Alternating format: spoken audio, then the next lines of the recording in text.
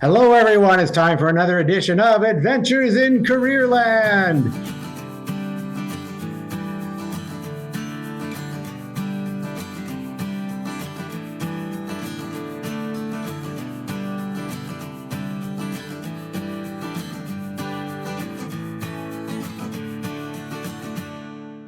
I am your host, Adriano Magnifico, and I am the career lead at the Riel Arts and Technology Center. And that's a center with 13 applied and technical and apprenticeship programs. Students choose these programs from the high schools and Riel School Division and beyond. And many students come from international waters, and others come from post-secondary for post-secondary aspirations when they think, I've got to figure out something to do with my life. I've got to figure out my why. I've got to figure out, where my best fit is in this world as I pursue life and work.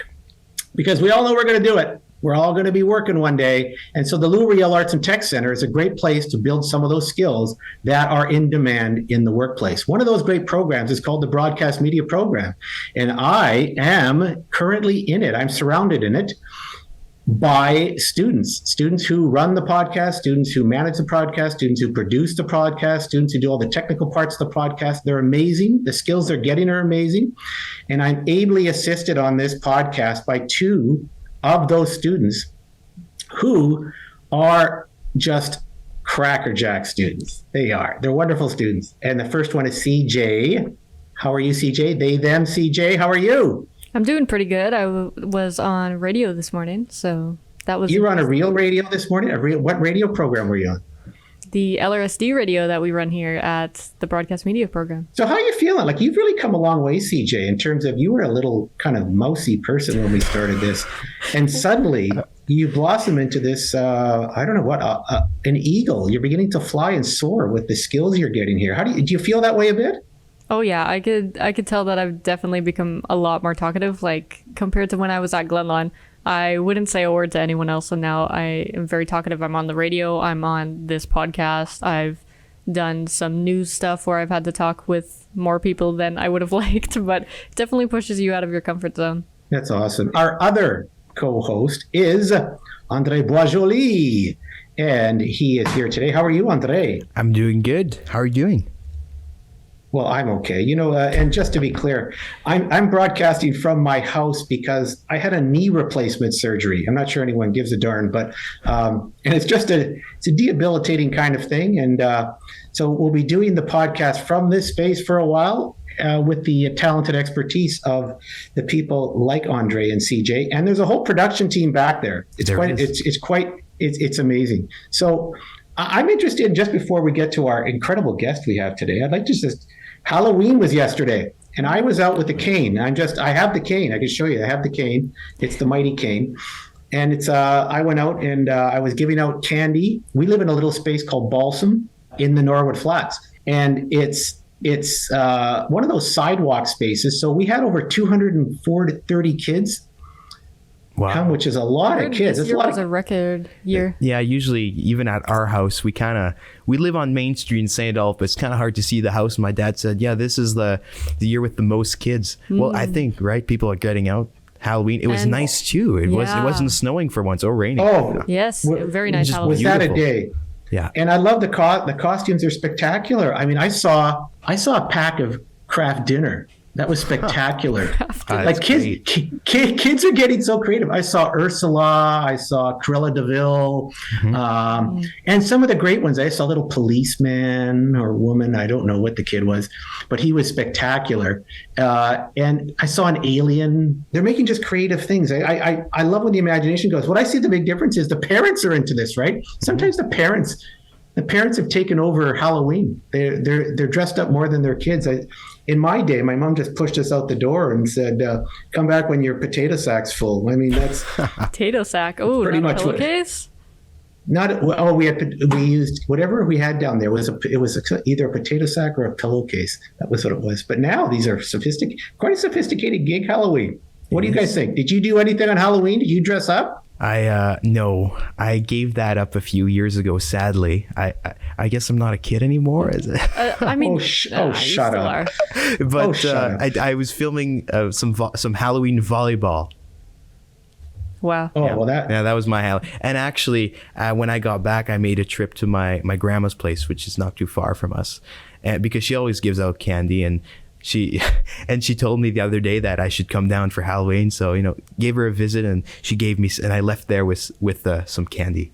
Oh, that's nice. You know what? I hope one day you embrace it again. I really think we do it in the front space here. We all have fire pits and everything. It's just amazing. So we just have people. All our neighbors are out doing it. It's a wonderful time. And even though I really couldn't walk, they kind of dragged me out there, and I just sat there with my neighbors. And that's just a testimony to, my wife, who's kind of making sure I get all the right nourishment and doing all my exercises and getting out on the street with these folks, and my neighbors who are just hanging out with me. So I was really grateful. I felt really grateful. My knee's in a lot of pain, but I feel really grateful because I'm surrounded with such good people.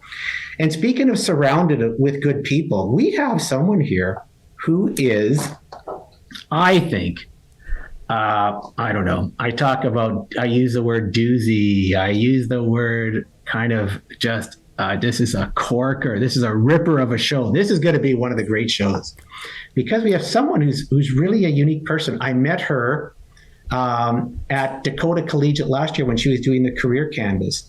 This person we have is at Seneca College right now in Toronto. Her name is Polina Pechenenko. Polina, how are you today? Welcome to our podcast.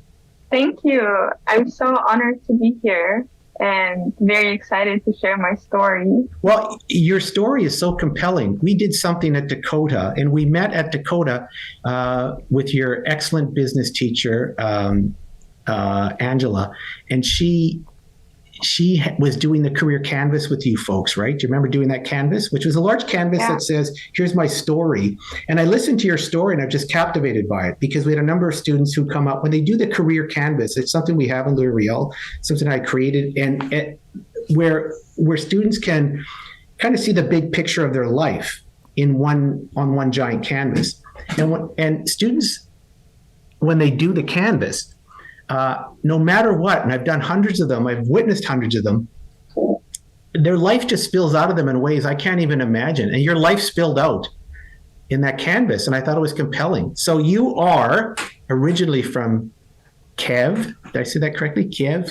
Kiev. From Kiev. And is that the capital of the Ukraine? Yes, that's the capital. And so that's a big, beautiful city. I've heard it's just a beautiful city, and it's just a beautiful place to visit.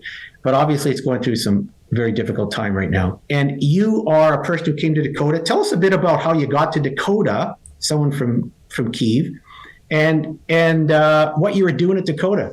You said you were there for 4 years. Yeah. So when I was 14, actually before I was 14, when I was younger, my parents decided that they want me to pursue education in North America. And because the education in North America is just so much better than in Ukraine. And we always knew that I'm going to go study. And then I got the opportunity to study 4 years of high school in Canada, which was just so amazing. Back when I was 14, I wasn't really conscious. Like my parents just told me like, okay, so you're going to go study. And I went, and I was living in a host family and studying and just getting like a full Canadian experience because my host family was Canadian, and I was meeting all these different people, bunch of international students in Dakota, which was so amazing. That was one of my favorite parts of where were they all where were they all from? So it depends, but a lot were from Europe, Spain, Italy. There was, I had a host sister from Switzerland. And then last year, there were a lot of Brazilian students. It was just so amazing to meet people from other countries. And I'm still connected to my friends from Spain and Switzerland. And my friend from Switzerland visited me in Ukraine like 3 years ago. And I visited her in Montreal a week ago because she came to visit. So I'm still connected. Yeah. So just before we go any further, you said that this decision was made that you were going to study abroad in North America when you were 14, right? Yeah. And do you have any brothers or sisters? I have a a 3-year-old brother. Okay, so you could say you were so why do you think your parents chose you to travel abroad? I guess because you were supposedly the oldest one in your family. Well, it's hard to send a 3-year-old out of Yeah, no, I know. He wasn't even there. No, I know, but why did they choose Canada, and why at 14? Why do you think they made that decision? Well, I know it was because of better education, but why choose Canada? Okay. And how did you feel about that? Yeah. So the reason why I think they sent me out so early is because adjusting is much easier when it's from like younger age. Oh yeah. I think if I would have studied high school in Ukraine, I would have made too much attachments and I would be too used to it. And going to college in North America, I wouldn't want to do it.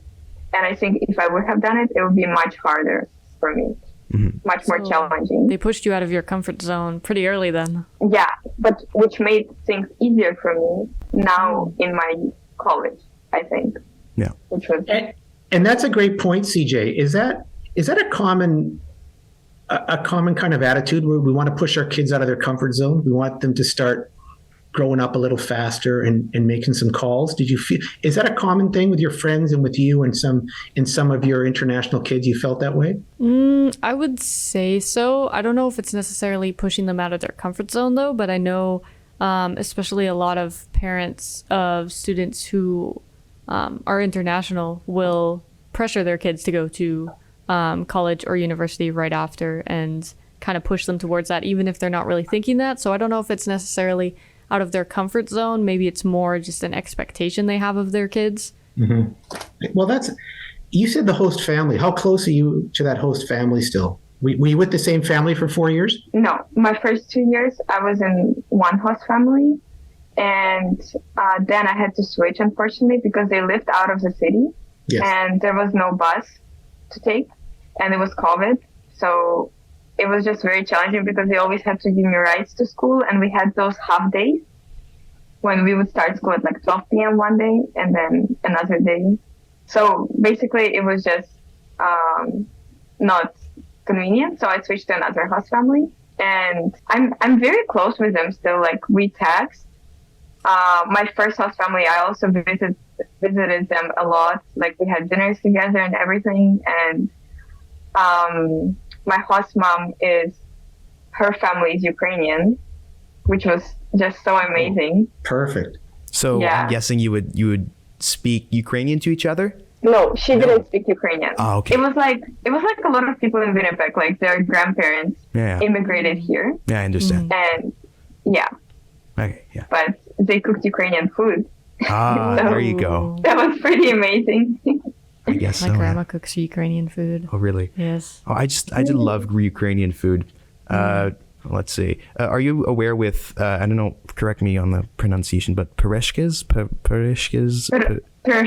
Yeah. That's one of my most favorite foods. My grandma makes them. We're not Ukrainian, but my grandma makes them sometimes, and that's the best. Do you like him? Oh yeah, of course. I'm Ukrainian. Oh, And there you go. That's what I love about Canada, and that's why I'm so happy.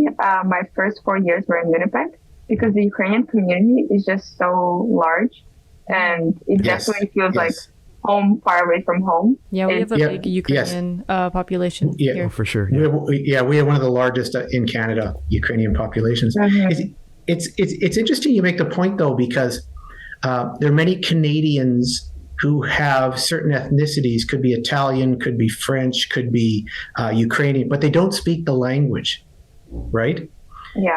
And for me, that the language is the thing. If you don't connect to your language, and you see that with Indigenous kids, right? Who don't speak the language and are trying to bring back their language, and that's what Quebec does very well. But we are going to make everything French, or we will lose our culture, because culture is so tied to language. What do you think about that? For sure. No, I agree 100%. Yeah. Like it definitely, and about Quebec, I went there a week ago, and when I came, it definitely doesn't feel like Canada. Like it feels like a country somewhere in Europe, like a French country, because it's really, everything is French. And I think that's geez. awesome. Yeah. You're gonna get the separatists all excited here. Yeah, the ones who didn't want to be with Canada. yeah. Andre, are you separatist? I'm a little worried. No, now. no, Okay. no. Anyway, I'm a federalist, Mr. Magnick. You're I'm just federalist. saying you're You're getting them all federalist. excited.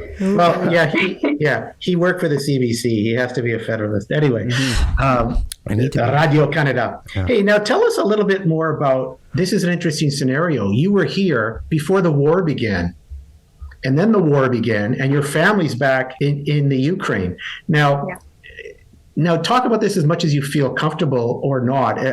Like, what's going on in your head and your heart as this is going on, and you see what's happening here? Yeah, so I definitely would like to talk about this because I love sharing this to other people. And especially because I'm Ukrainian and I have family there, I can share like that true story from my point.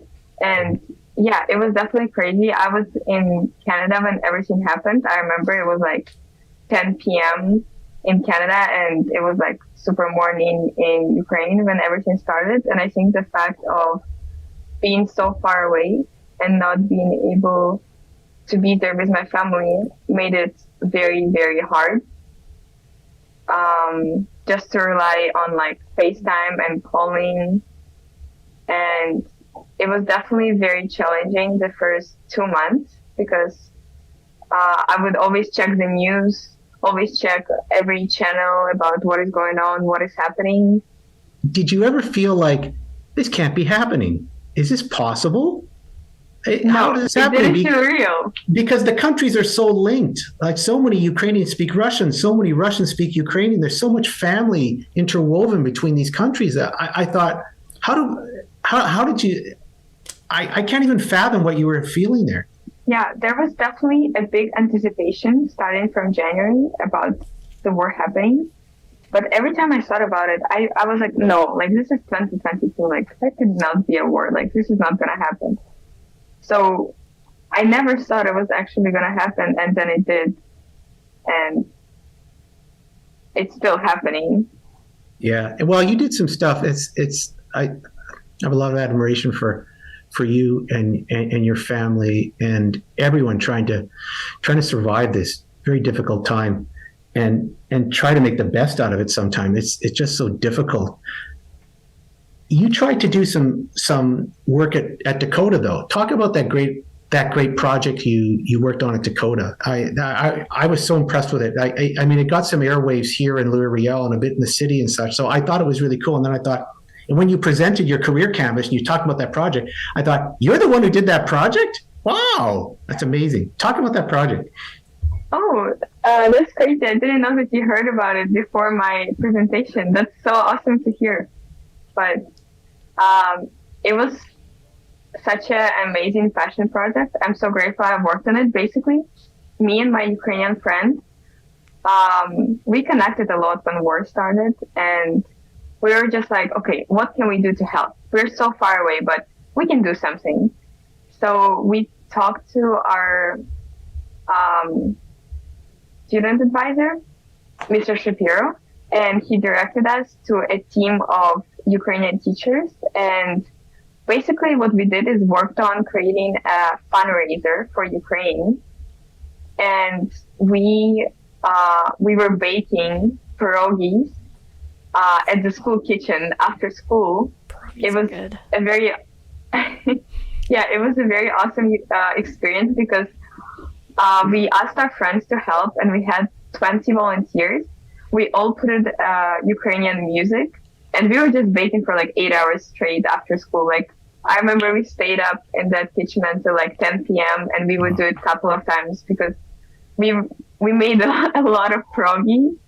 And then we also made piroshki, and we sold them at the school foyer. We were selling cookies as well, and all the money that we raised, we donated it to. Half of it was to Ukrainian armed forces, and half of it was to humanitarian aid. And it was just so awesome to see people help. So much teachers, students. It was a very comforting event, especially for me and my friend, to put our pain that we were going through into something productive, and it felt like we were doing something for our country. I would think that takes your mind off of it a bit, and to know that you're helping in some way, even though you're so far away, that's a really special thing that you could experience. Mm-hmm. That was an amazing project. Now, when you're going through Dakota, what kinds of courses are you connecting with? What kinds of, because part of high school, it's interesting, your parents said, we want to send you away to have a look at a better educational system. First of all, my larger question in my brain is, what's wrong with the Ukraine system, first, number one, that they would send you away? Because that's a big thing to send out of it. I mean, you didn't even see your little brother. Have you ever met your little brother? I did. Okay. But he doesn't recognize me. Of course. That's amazing, right? And so what's the difference in that way? And then what kinds of things did you start gravitating towards? Because the canvas showed that was beginning to say, this is who I am. These are the pieces that seem to connect with me. So first about the Ukrainian system, and then the education system, then about the things you gravitated towards in the Canadian system. Okay, so Ukrainian educational system is scary, I think, because it's Halloween. Oh, scary. Yeah, it's Halloween. Like, I was scared to go to school because teachers are very mean, and they're like very tough on you, and it's normal to like scream at a child, and we have a lot of homework. Like, I finished 8th grade, but 8th grade, even then, I would study algebra, geometry, physics, chemistry. We had to study all of that in 8th grade, and there's no choice. So the reason why my parents chose Canadian system is because I think it's an amazing educational system, because even if you're not Ukrainian is very academical focused. We don't do any sports. We don't do any activities. Really? It's just like you do academics. So Yeah. there's no like high school sports team or nothing like that, or really? No. Wow. And yeah, it's pretty crazy. I was so shocked when I came to Canada and I saw all this like sport teams, especially Dakota. It's a very school like focused on sports. Yeah, and I was very just sporty so school. shocked. Yeah, it was so cool to see. I never in my life before coming to Canada played like volleyball, football, like anything, and I got to try all of those activities, which is so fun. Because in North America, like for some people, sports is a large part of that high school experience. So that's why I'm kind of surprised that it's not really a thing in Ukraine, as you said, in Kiev in your school. Would you say that's an interesting. Go ahead. Would you say that they have more advanced learning to where you have to learn stuff a lot quicker, that they give you so much stuff to learn when you're so young rather than coming here and it's kind of more spread out throughout the grades? Yeah, for sure. Like, it's very fast paced, and there's a lot of homework and a lot of stuff. Like, there's a lot of subjects for some reason. We would have like 8 to 7 classes in a day, and it's much Intensive. more fast-paced. Mm-hmm. Yeah, okay. Intensive. Yeah. Now, has that helped? Like, there's a lot of kids who come from Europe and India and China who are in some of those intense academic programs. When they come here, did you feel a bit, though, like you were ahead of the game in terms of knowledge? Like, sometimes I had some students come to me because I do a lot of career development who said, yeah, I did all that algebra. The stuff they're doing in grade 11, I did in grade 9. Did you ever feel that way too? So you were a step ahead. So as much as it was your parents are going, mentally or aesthetically, this may be not the best thing. When you came here, did you feel like you were ahead of the game academically? I think academically I was ahead of the game, but it was more freedom. For example, Yes. in English class, like I don't think the fact that I was academically farther ahead was better, because I would get more freedom and I wouldn't know what to do with it. Like, if my English teacher would tell me like, yeah, like you can write an essay about anything you like, I would be so like confused, because I would be like, there's no certain direction. Would you say you needed a bit more direction when you came here? No, because I think I was transferring from the Ukrainian system to Canadian, so I was kind of getting used to it. But I like the fact that it's more like an open space than Awesome. like Yeah. certain direction. No, I understand how it's different. As you said, in Ukraine, it's more like focused on academics. There's less time and assignments, you could say, that really open your creative mind, your thinking mind, the mind that the imaginary mind, the story making mind. There's a lot of minds here, but Look at the minds. Yeah. That's a bit of a minefield. My favorite part in English class is when I have opinion writing assignments that you have to make a story. It has to be coherent. It has to make sense. There's still rules to follow, obviously, but you apply those rules and you make something that's your own, right? And it gives you creative freedom. Exactly, creative freedom. You're graded on something that you actually made, right? That you created. It's not just like something following an article or something. Yeah. That's interesting that you say that, Andre. There's an interesting dichotomy, though, between how much do you go academically, how hard do you go academically with the content, because it's hard to be creative and thoughtful without the great content. Yeah. You can't become a musician without learning the hard notes. But it's to find a balance between both, right? Yes. And so are you saying, Polina, there's a better balance here between? Oh, yeah, 100%. So talk about the activities then that you were able to gravitate towards or try out that you couldn't do in the Ukraine, and that's where you find. I'm a big fan of the extracurricular stuff, because I think that's where you really find yourself. You start meeting people who like things that you like. You start checking out skills. You think about the skills you have and the skills you don't have. Talk about some of the things you kind of gravitated towards.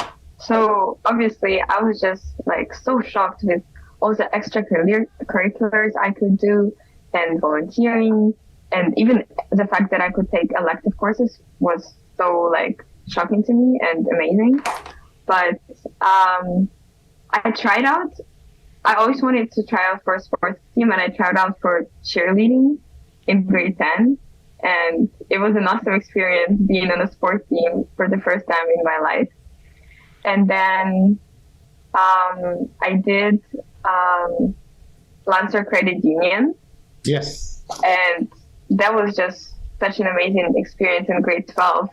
We were a credit union inside the school, and we picked our own jobs. We had to apply for them. We had to go through an interview process. And I was a marketing leader. So basically we were making events for our students to get them to want to be at our credit union. Now, stop right there. I'm a bit lost here. Credit union inside us high school. They ran a bank. They ran a bank in Dakota. Ah, I see. That's what it is, and it's a cool thing. It's run by Miss Baranek, and it's a really neat relationship. I think it's unique to Manitoba. And so if you choose the course, it's actual course called that, right, Polina? It's actually the credit union course, or is it called something different? I think it's called Life Works. Oh, the LifeWorks courses. We have that at Glenlawn as well, but it's mainly just getting your resume ready for the workforce and stuff. So the credit union, though, kind of spurs you on and thinks you about, I like the marketing piece. I like the business pieces. And the interesting part about doing that, Polina, is you're also doing math and physics and chem. You're doing some of those. So what the Canadian education system does well, I think, is begin to go like this. And so you're not just picking them off like this and ending them and moving on. You begin to think, here's where this math is really useful. Here's where teamwork is really useful. Here's where problem solving is really useful. And you do them in so many courses, and you apply them to extracurricular activities. I just think it starts building a person. So what kind of person is building? Who's the Polina who's emerging from Dakota? Okay, so my decision after going to Dakota was to study marketing. And I think it came from the fact that I realized that I really I'm a creative person. I took visual arts, and I realized that I enjoy math, but I also enjoy visual arts. And I think it kind of connects in marketing because it's business, but you also got to be very creative and innovative. So I think after coming from Dakota, that's what I realized I'm interested in learning about more. But you choose Seneca College. Seneca College is an interesting place in Toronto, and you're choosing Toronto. Like, did you have that in your brain? You're in Winnipeg. We have spaces in Winnipeg in which you can continue, but I guess the weather may have said to you, try something else, try something else. I don't blame you. So why Seneca College? Yeah, definitely after last winter in Winnipeg, I was like, yeah, Seneca College in Leave this Toronto. place. My parents are very like planning, so I think we started thinking about my college in the end of grade 10, and in grade 11 I already knew that I'm gonna apply to Seneca College. Didn't know what program yet. I knew it was business, just deciding what program. Basically, I wanted to study somewhere in Canada, and I wanted to go to a bigger city. I was deciding between Toronto and Vancouver. With pricing, Toronto just ended up working out better. That's how I picked Toronto. Mm-hmm. I wanted to go to university originally, but for international students, university is just insane prices. And that's why I looked into colleges. And basically, I looked at all the colleges available for me in Toronto, and then picked Seneca, comparing to those colleges based on like rankings, reviews, and all the information. And now that I'm studying in Seneca for 2 months, I couldn't be happier with my choice. And how long is the program? So what kind of program are you in exactly, and how long is it? I'm in business/marketing program, which is 2 years. And after that, there's an option to get a Bachelor of Commerce at York University, which I'm possibly considering after my 2 years. Oh, that's awesome. So you're into the business piece. Do you want to run your own business? Do you want to be an entrepreneur? Do you want to work for a business person? Where does your heart tell you to go? I think my heart definitely tells me I want to run my own business, but at first I want to get an experience working for some kind of organization. And I want to work in marketing right now. I don't know what specific part of marketing process yet. I'm still figuring it out as I'm studying, but for sure I want to work for a company. Okay, so you want to start out. I guess you got to get your chops in a company, work for the man for a little while, get to know what it's about, and maybe start your own one day. Because you seem to have the personality and the sensibility and the creativity to do that kind of work. I saw it in action during the Canvas when I saw you present, and that's why that's such a cool thing for kids to present. You see gifts in you that people don't see in a regular class when you're just sitting sometimes in a desk completing assignments. You know what I mean? Mm-hmm. But was that a Canvas, doing the Canvas in front of people and getting that together important to you? Yeah, I actually wanted to share about that because I think like doing the Canvas was honestly kind of life-changing to me, because I was super, super nervous while I was working on the Canvas. I was very scared because I really wanted to present well, and I'm the type of person who is super scared of presenting in front of people. I could always fail at presentations, everything, even if it's in front of like a small amount of people.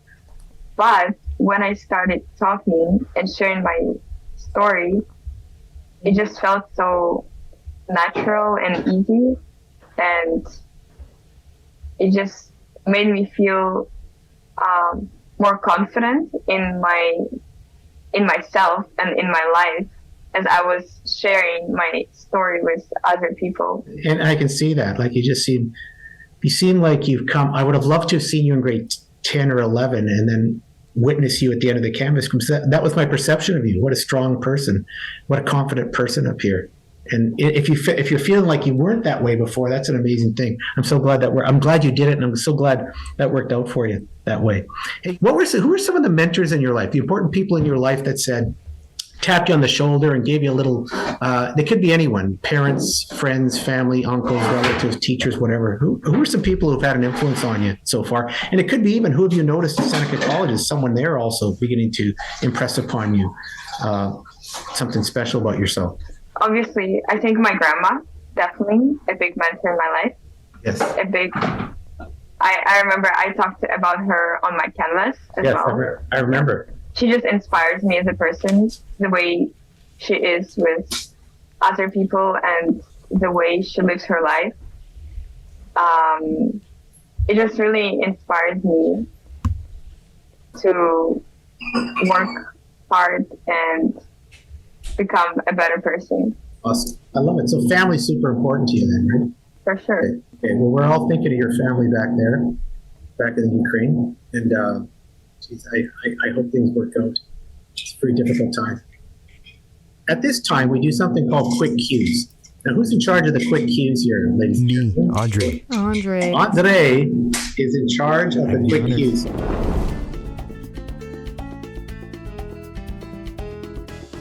So Andre's going to ask you a number of questions, Polina. You don't have to think about them. You just answer them.